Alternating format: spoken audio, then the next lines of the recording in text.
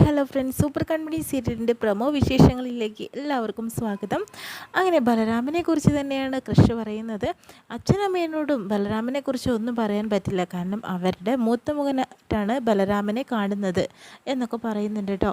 ഹോസ്പിറ്റലിൽ വെച്ച് തന്നെ കൃപയുടെ ഒരു കാര്യത്തിന് വേണ്ടിയിട്ട് കൃഷ് ഹോസ്പിറ്റലിൽ വരുന്ന സമയത്ത് തന്നെ ബലരാമനെ കാണുന്നുണ്ട് കേട്ടോ. എന്നിട്ട് കൃഷ് എന്ന് വിളിക്കുന്നുണ്ട്. കാരണം എന്ന് വെച്ചിട്ടുണ്ടെങ്കിൽ മുൻപ് കണ്ട് പരിചയമുണ്ടല്ലോ, ബലരാമനാണെന്ന് അത് അറിയുകയുമില്ല, അതുകൊണ്ടായിരിക്കാം. അതിനുശേഷം തന്നെ ഫ്രണ്ട് ചോദിക്കുന്നുണ്ട്, കൃഷ് നിനക്ക് കൺമണിയെ ഒരുപാട് മിസ് ചെയ്യുന്നുണ്ട്, അവളിവിടെ നിന്നപ്പോൾ നിനക്ക് ഒരുപാട് സന്തോഷമായിട്ടുണ്ടായിരുന്നല്ലേ എന്നൊക്കെ പറയുന്നുണ്ട്. അങ്ങനെ രാത്രി കൃഷ് അതറിയാൻ വേണ്ടിയിട്ട് തന്നെ കൺമണിയെ വിളിക്കുന്നുണ്ട്, സംസാരിക്കുന്നുണ്ട്. അതിനുശേഷം തന്നെ ചോദിക്കുന്നുണ്ട്, തനിക്ക് എന്നെ മിസ് ചെയ്യുന്നുണ്ടോ കൺമണി എന്ന് ചോദിക്കുന്നുണ്ട് കേട്ടോ. അപ്പോഴത്തേനും കൺമണിക്കൊരു നാണൊക്കെ വരുന്നുണ്ട്, കാരണം ഇവരുടെ മനസ്സിൽ എപ്പോഴും പ്രണയം തന്നെയാണ്. അങ്ങനെ വരുണിനെ കാണാൻ കൺമണിയും അതുപോലെ ഗോകുലും വരുന്നുണ്ട് കേട്ടോ. അപ്പോഴത്തേനും കൃഷ് അവിടേക്ക് ചെല്ലുമ്പോഴത്തേനും പറയുന്നുണ്ട്, കൺമണി എന്താ ഇവിടെ വരുൺ കിടപ്പുണ്ടെന്നൊക്കെ പറയുന്നു. അങ്ങനെ വരുണിനെ കണ്ടതിന് ശേഷം കൺമണിയെ കാറിലേക്ക് കൂട്ടിക്കൊണ്ട് പോകാട്ടോ കൃഷ് ചെയ്യുന്നത്.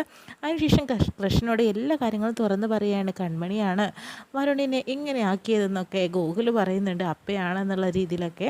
അങ്ങനെ ഞെട്ടിത്തരിച്ച് നിൽക്കുന്ന നമ്മുടെ കൃഷിനെ കാണിച്ചുകൊണ്ടാണ് ഇന്നത്തെ പ്രൊമോ വിശേഷം കഴിയുന്നത്.